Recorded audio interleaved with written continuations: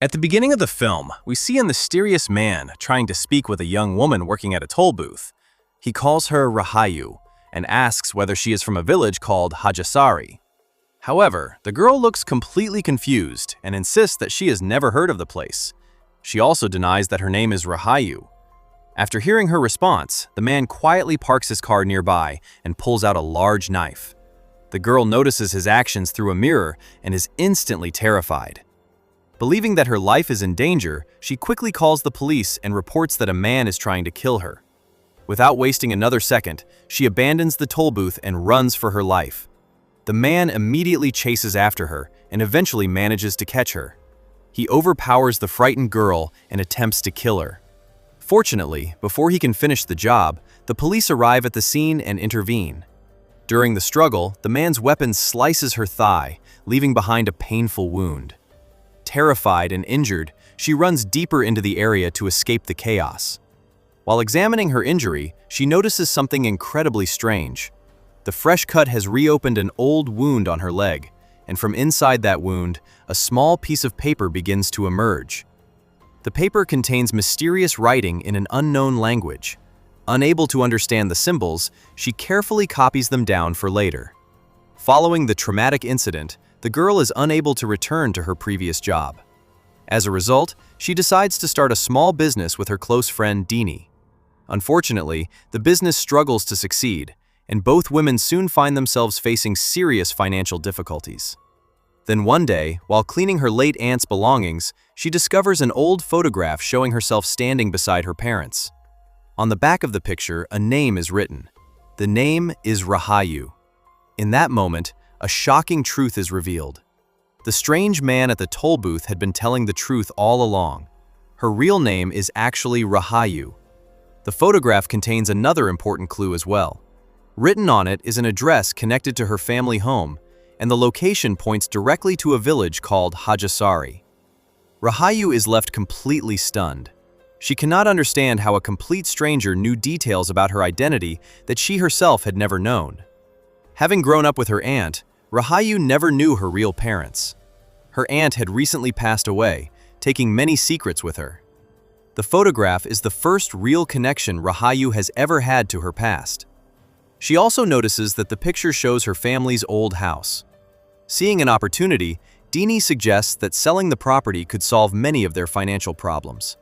With no better option available, the two friends decide to travel to the address shown in the photograph.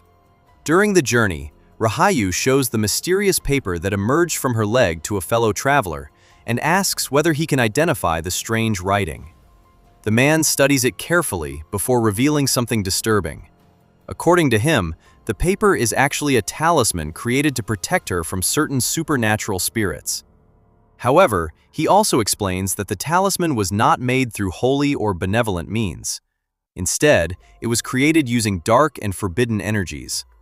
Although the revelation is unsettling, Rahayu keeps the information to herself and chooses not to tell Deanie. Deep down, she is not entirely convinced that the traveler is telling the truth. However, as the journey continues, she begins to question her doubts. Again and again, Rahayu notices three young girls standing along the path. The strange part is that nobody else seems able to see them. The sightings become so frequent that she eventually asks Deanie about the girls, only to discover that her friend has no idea what she is talking about. After seeing the three mysterious girls appear again and again along the road, Rahayu finally reaches a disturbing conclusion. It makes no sense for three young children to be wandering alone near the edge of a forest. The fact that they keep appearing only in her path convinces her that they are not ordinary children at all. They must be spirits. By the time their journey finally comes to an end, morning has arrived. However, the village is still far away. Since no vehicles travel directly there, the two friends are forced to hire a cart to complete the rest of the trip. During the ride, the cart driver shares some unsettling information about the village. According to him, only a small number of people still live there because the place is believed to be cursed. He also explains that the village was once famous for its traditional puppet-making industry and its puppet performances. When he asks why they are visiting such a remote place, Rahayu quickly lies and claims that they are conducting research on the history of puppets. Eventually, the driver drops them off near the home of the village leader, a man named Saptati. Unfortunately, Saptati is not at home. Instead, they are greeted by his mother, who immediately asks why they have come. Once again, Rahayu and Deanie repeat the same story, claiming that they are researchers studying the history of puppet shows. Since they need somewhere to stay, Rahayu takes Deanie to the house shown in the old photograph. As soon as they enter, they realize the place has been abandoned for years. Dust covers every corner of the house, and everything inside has been left untouched. Rotten food and neglected belongings suggest that whoever lived there left in a hurry without ever returning. As they explore the house, they discover several old family photographs. Strangely, Rahayu does not appear in any of them. While examining the pictures, they suddenly hear noises coming from outside. Curious, they step out and notice a large graveyard located right beside the house. At that moment, a funeral is taking place. What makes the situation even stranger is how quickly everyone leaves after the burial. Once the crowd is gone, Rahayu walks toward the graves of her parents and quietly offers a prayer. While looking around the cemetery, she and Deanie notice something deeply unsettling. Although the graveyard is enormous, there are very few graves large enough for adults. Most of the graves are tiny. They belong to children. That night, another disturbing event takes place in the village. A woman gives birth to a child, but instead of celebrating, the village leaders take the newborn and hand it over to Saptati's mother. Soon after, Saptati kills the child. The next morning, the villagers hold a funeral for the baby, as though this horrifying act is completely normal. Deanie is unable to understand what is happening. A child died yesterday, and now another child has died today. The frequency of these deaths is terrifying and makes no sense. Both girls become increasingly frightened by the strange atmosphere surrounding the village. Just then, Saptati finally notices them and approaches. He asks who they are and what they are doing in the village. Once again, they stick to their fabricated story about researching the history of puppet shows. Saptati then asks their ages, forcing them to lie yet again. After listening to their answers, Saptati invites both girls to visit his house. However, there is something unsettling about the way he speaks. His tone alone is enough to make both Rahayu and Deanie uncomfortable. Deanie immediately tells Rahayu that she does not think it is safe to accept the invitation. But Rahayu refuses to back down. She explains that they need the property documents connected to her family's house. Without those papers, they will never be able to sell the property and solve their financial problems.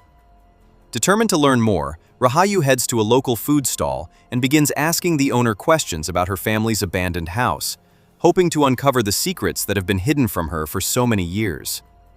The owner of the food stall, a young girl named Radi, doesn't know much about Rahayu's family. However, before she can say anything else, her grandmother suddenly steps in and angrily declares that the people who once lived in that house were evil. According to her, the house itself is cursed and should never be entered. Hearing this leaves Rahayu completely confused. She cannot understand what her parents could have possibly done to earn so much hatred from the villagers. The situation becomes even more disturbing when she remembers that her parents' graves were separated from the rest of the cemetery, as though the entire village wanted nothing to do with them. Meanwhile, Deanie is alone at the abandoned house when two men arrive and knock on the door. They immediately warn her that staying there is dangerous, and that she should leave before something terrible happens. The men also explain that the property legally belongs to a woman named Rahayu, who lives in the city. The moment Deanie hears this, she sees an opportunity to discuss selling the house. Thinking it will make things easier, she lies and claims that she is Rahayu. The men then tell her that the property documents are currently with their village leader, Saptati. They insist that she must come with them immediately if she wants the papers. According to them, Saptati is about to leave for the city and will be gone for 3 days. If she misses this chance, she may have to wait a long time to obtain the documents. Deanie feels uneasy about leaving without informing Rahayu, but the men continue pressuring her until she finally agrees to go. The men lead her deep into the forest. As the journey continues, Deanie begins to sense that something is terribly wrong. Their behavior becomes increasingly suspicious, and she realizes they may have lured her into a trap. Fearing for her life, she suddenly attempts to escape. Unfortunately, she doesn't get very far. One of the men attacks her from behind, knocking her unconscious instantly. When Deanie finally regains consciousness, she finds herself hanging upside down from a tree. Her hands are tied tightly behind her back, leaving her completely helpless. To make matters worse, the men have cut her head, allowing her blood to drip into a bucket placed beneath her body. As she looks around, Deanie notices that the men are carrying strange and terrifying weapons.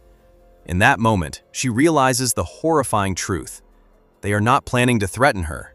They are planning to kill her. Desperate to survive, Deanie repeatedly tells them that she is not Rahayu. She begs them to listen and explains that she lied about her identity. But no matter how much she pleads, the men refuse to believe her. A short time later, Saptati and his mother arrive at the scene. Without showing a shred of mercy, Saptati's mother picks up a knife and brutally slits Deanie's throat. The horrific ritual does not end there. After killing her, they skin her body and suspend it with ropes. The blood collected from her wounds is then poured onto nearby trees as part of a disturbing ceremony. The terrifying truth is finally revealed. Everything that was done to Deanie was never meant for her. The true target was Rahayu. Because Deanie falsely claimed to be Rahayu, she unknowingly signed her own death warrant. Later, when the real Rahayu returns home, she immediately notices that Deanie is missing. Worried, she begins searching for her friend throughout the village. She even asks several villagers whether they have seen her. Shockingly, the same men responsible for kidnapping Deanie approach Rahayu and calmly tell her not to worry. They assure her that her friend will be found soon and even offer to help with the search. Unaware of their involvement, Rahayu has no reason to suspect them. At the same time, she notices something strange happening at Saptati's house. A large celebration is taking place, and the entire village seems overwhelmed with joy. Pregnant women dance happily, as if some great blessing has arrived. Unable to understand the reason behind the celebration, Rahayu eventually returns to the abandoned house to wait for Deanie. While sitting there, she suddenly encounters a young girl. The mysterious child tells her that another baby is about to be born in the village and offers to show her what is happening. Without thinking twice, Rahayu follows the little girl into the darkness. At this point, she doesn't even know whether the child is truly human or something far more sinister. Following the mysterious little girl, Rahayu arrives outside a house and carefully looks through a window. What she sees inside completely horrifies her. A woman has just given birth, but the newborn baby has no skin. The sight is so terrifying that Rahayu almost screams out loud. At the last second, she covers her mouth to stop herself from being heard. Moments later, the baby's father carries the child to Saptati's mother. Without showing any emotion, the old woman places the newborn into a tub filled with water and slowly drowns it. The horrifying act leaves Rahayu frozen with fear. After the baby's death, the father can no longer contain his anger. He lashes out at Saptati's mother and reminds her of the promise she made years ago. According to him, she had claimed that the curse affecting the village had finally ended and that their child would be born healthy. But reality has proven otherwise. The grieving father demands answers. He asks why the curse still exists and why no solution has been found after all these years. He reveals a shocking truth. For the past 20 years, not a single child born in the village has survived. Hearing this conversation terrifies Rahayu. As she slowly backs away from the window, she accidentally slips and makes a noise. The villagers inside immediately realize that someone has been spying on them. Within seconds, everyone rushes outside to find the intruder.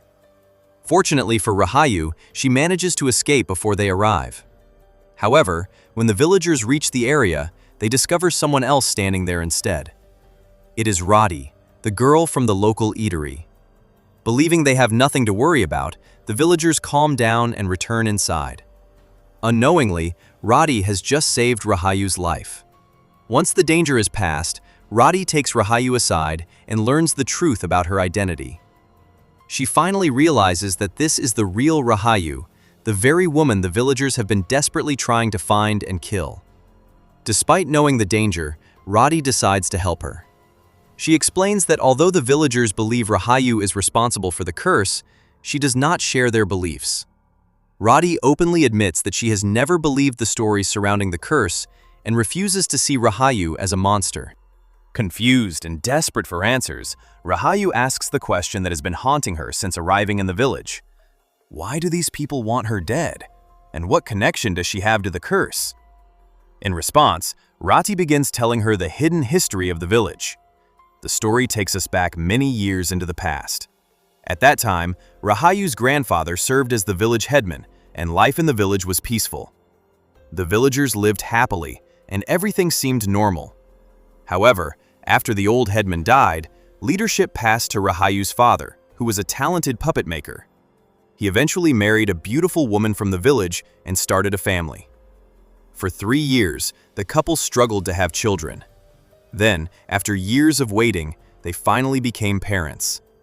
But something about the child seemed unusual. For the first 5 years of her life, nobody in the village ever saw the girl's face. The family rarely left their home, and they kept the child hidden from everyone around them. Then, a series of strange events shook the entire village. 3 young girls suddenly disappeared without a trace. Days later, when Rahayu's father was finally seen outside with 5-year-old Rahayu, rumors immediately began spreading throughout the village. People started believing that the child was the result of dark magic. Some even claimed that Rahayu's father had sacrificed the missing girls in a forbidden ritual and used their lives to create his daughter. The person responsible for spreading these stories was none other than Nia, the woman who would later become known as Saptati's mother. At the time, she worked as a servant inside the headman's house. Because Rahayu's father was the village leader, nobody dared confront him directly. No one questioned why he had hidden his daughter for 5 years. No one asked about the missing girls either. Instead, the rumors continued to grow stronger with each passing day. Then one day, tragedy struck. While performing a puppet show for the villagers, Rahayu's father suddenly lost control of himself. In a horrifying frenzy, he pulled out a knife and began attacking everyone around him. The performance turned into a massacre as innocent villagers were brutally murdered before anyone could stop him. Fearing for their lives, the villagers fought back. In the chaos, both Rahayu's father and mother were killed. As violence consumed the village, one of Rahayu's father's loyal helpers managed to rescue the young girl. To protect her from the enraged villagers, he secretly took her away to the city, where she would grow up without ever knowing the truth about her past. Rati finally reveals the horrifying truth behind the village's suffering. Ever since the death of Rahayu's parents, every child born in the village has entered the world without skin. The villagers see these children as victims of an ancient curse, and because of that, none of them are allowed to live. According to the villagers, the curse is directly connected to Rahayu. They firmly believe that as long as she remains alive, the village will continue to suffer. The elders have convinced everyone that the only way to end the nightmare is to kill Rahayu and use her skin to create a special puppet. Once the puppet is completed and enchanted through a ritual, the curse is supposed to disappear forever. This revelation finally explains Deanie's gruesome fate. The villagers believe Deanie was Rahayu, which is why they killed her and removed her skin. They intended to use her body to create the cursed puppet that would supposedly save the village.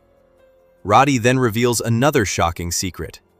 The man who attacked Rahayu at the toll booth was actually her husband.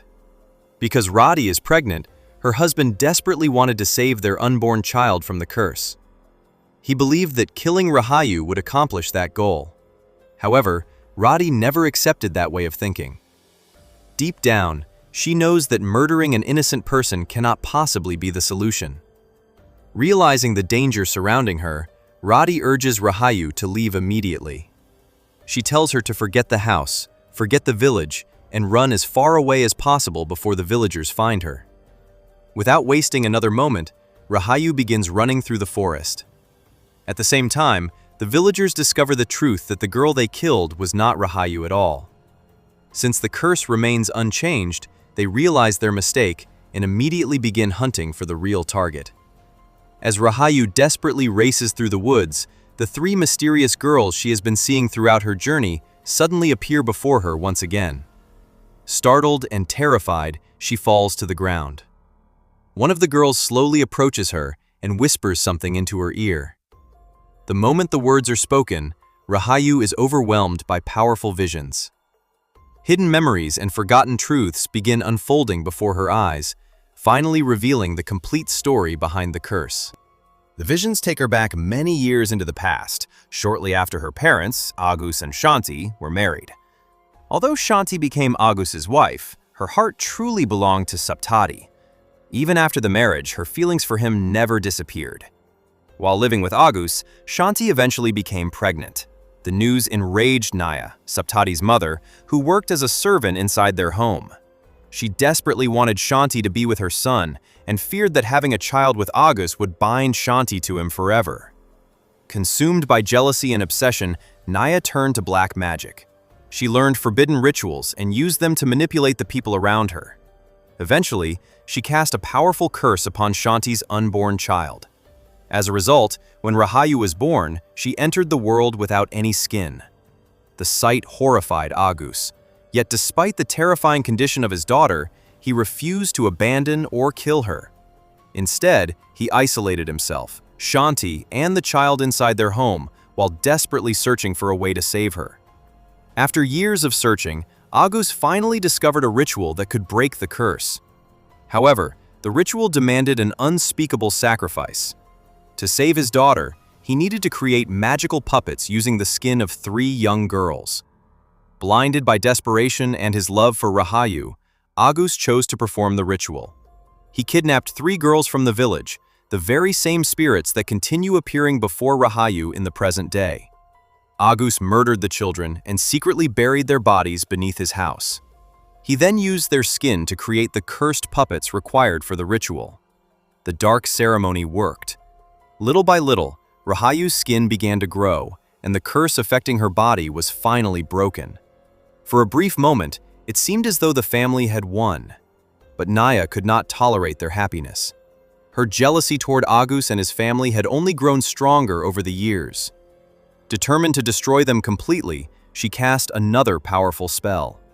This time, the target was Agus himself.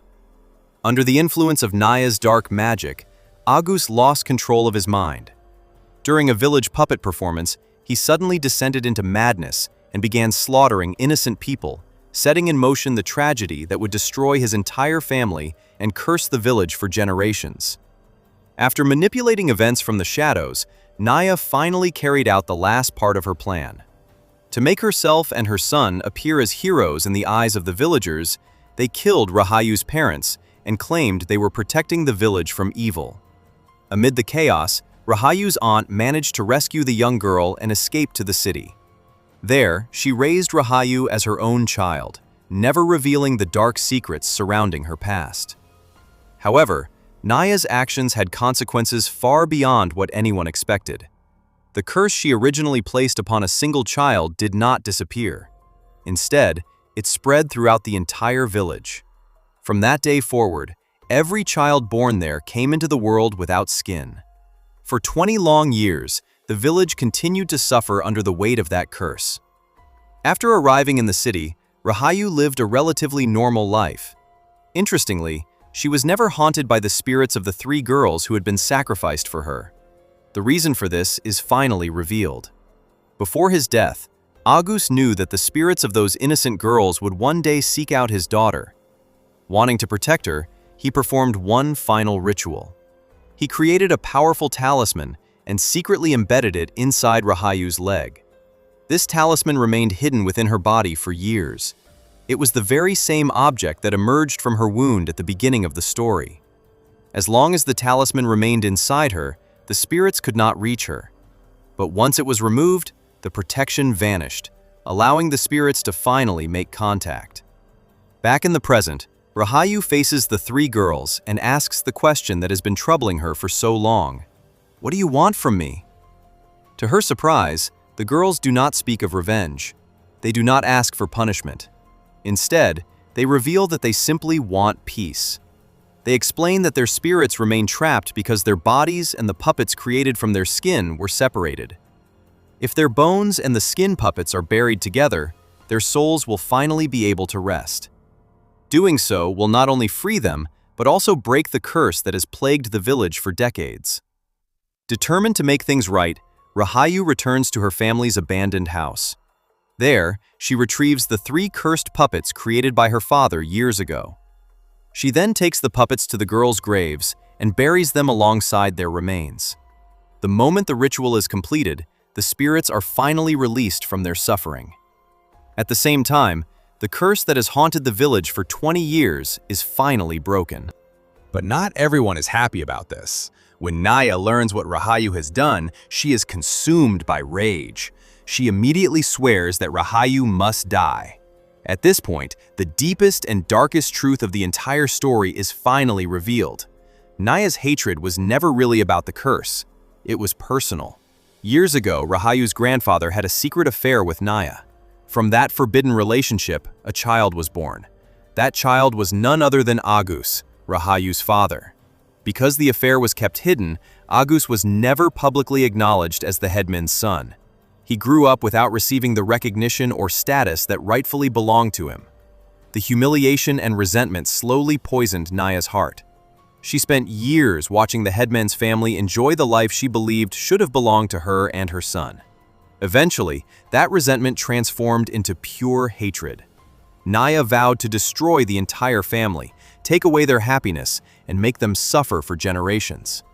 Every tragedy that followed, every death, every curse, and every act of darkness was rooted in the vengeance she had been carrying in her heart for decades. Despite the curse being broken, the nightmare is far from over. Naya and the remaining villagers manage to capture Rahayu before she can escape. Just like Deanie before her, Rahayu is hung upside down from a tree and prepared for sacrifice. Terrified but determined, Rahayu desperately tries to reason with them. She tells everyone that the curse has already been lifted and begs them not to kill her. However, years of fear and hatred have blinded the villagers, and no one is willing to believe her. Just as Naya prepares to deliver the final blow, an unexpected event changes everything. At that exact moment, Rati goes into labor and gives birth to a perfectly healthy baby girl. Unlike the children born during the curse, the baby has normal skin and shows no signs of any deformity. The villagers are stunned. For the first time in 20 years, a healthy child has been born in the village. Realizing what this means, the villagers begin celebrating. They finally understand that Rahayu was telling the truth all along. The curse has truly been broken. Seeing the truth unfold before his eyes, Saptati desperately tries to stop his mother. In the process, another shocking secret is revealed. Rahayu is not just connected to him through the village's history. She is actually his daughter.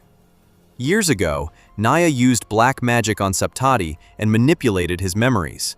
She forced him to forget his relationship with Shanti and erase the truth about the child they had together. That child was Rahayu. The curse that destroyed countless lives began with her birth. When Saptati learns the truth, he is completely shattered. His entire life has been built upon lies created by his own mother.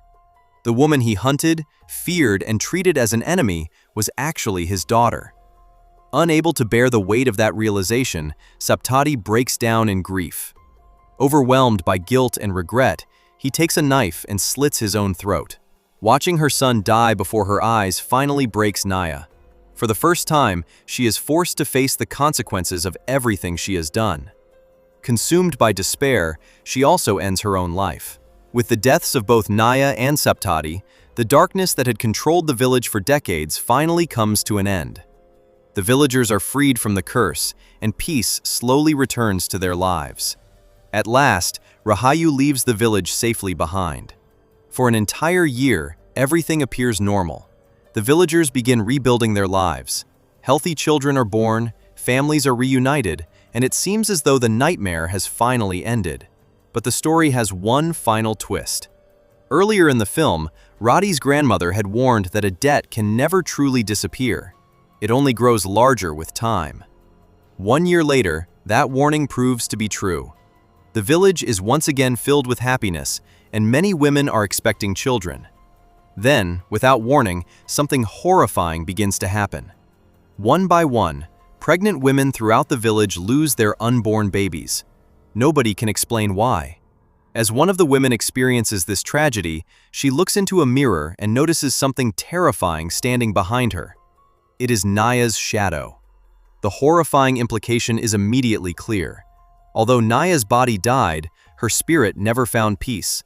Her soul remains trapped, filled with the same hatred and desire for revenge that consumed her in life. Now, from beyond the grave, she has begun targeting the village once again. Instead of waiting for children to be born, she is consuming them before they even enter the world. The film ends on this chilling note, leaving us with one final mystery. Has the curse truly ended, or has an even darker chapter only just begun?